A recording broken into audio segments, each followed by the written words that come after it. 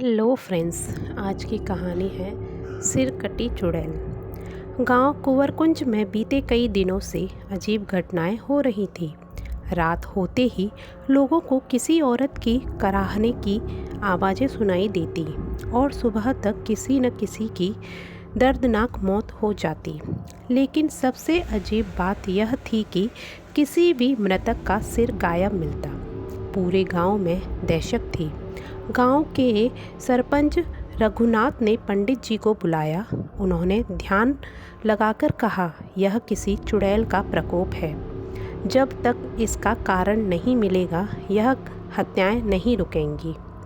गांव की बुजुर्ग अम्मा ने बताया कि कई साल पहले गांव में सुहागिन नाम की एक औरत रहती थी।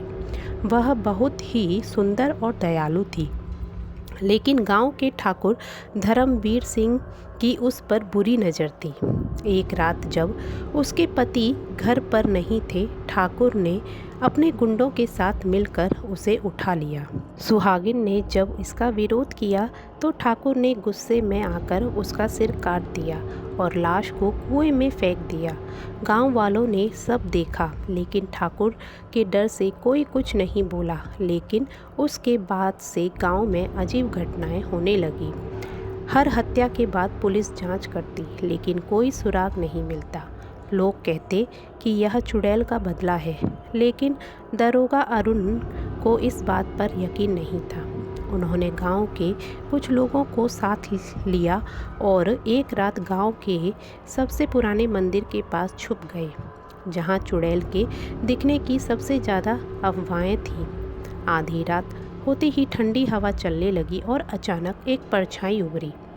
वह एक औरत की परछाई थी जिसका सिर नहीं था। उसके हाथ में एक तेज धारदार तलवार थी। वो कह रही थी, मुझे न्याय चाहिए। ठाकुर और उसके गुंडों का अंत होना चाहिए। तभी ठाकुर धर्मवीर के घर से एक चीख आई। जब लोग वहां पहुंचे तो देखा कि ठाकुर की गर्दन धड़ से अलग पड़ी थी और खून से दीवार पर लिखा था। लेकिन असली चौंकाने वाली बात यह थी कि उसी समय दरोगा अरुण को मंदिर के पास एक और इंसान दिखा, गांव का मोहन, जो हमेशा ठाकुर के इशारों पर चलता था। दरोगा ने उसे पकड़ लिया और जब सख्ती से पूछा तो उसने सच्चाई उगल दी। मैं ही वह हत्यारा था। ठाकुर ने कई साल पहले मेरी बहन को भी मार दिया था। मैं नहीं चाहता था कि वह बच निकले, इसलिए मैंने चुड़ैल की अफवाह उड़ाई और सभी गुंडों को उसी अंदाज में मारा जैसे सुहागिन मारती थी, ताकि लोग इसे भूतिया मामला समझें। गांव वाले सकते में थे, लेकिन तभी हवा में एक हल्की सी हंसी गूंजी और एक सफ़ेद रोशनी मंदिर के अंदर समा गई।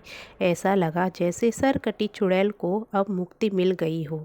तो फ्रेंड्स, ये कहानी आपको कैसी लगी मुझे कमेंट करके ज़रूर बताइएगा और मेरे चैनल को सब्सक्राइब करिएगा और ये कहानी अपनी फैमिली और फ्रेंड्स को शेयर करिएगा। Thank you so much.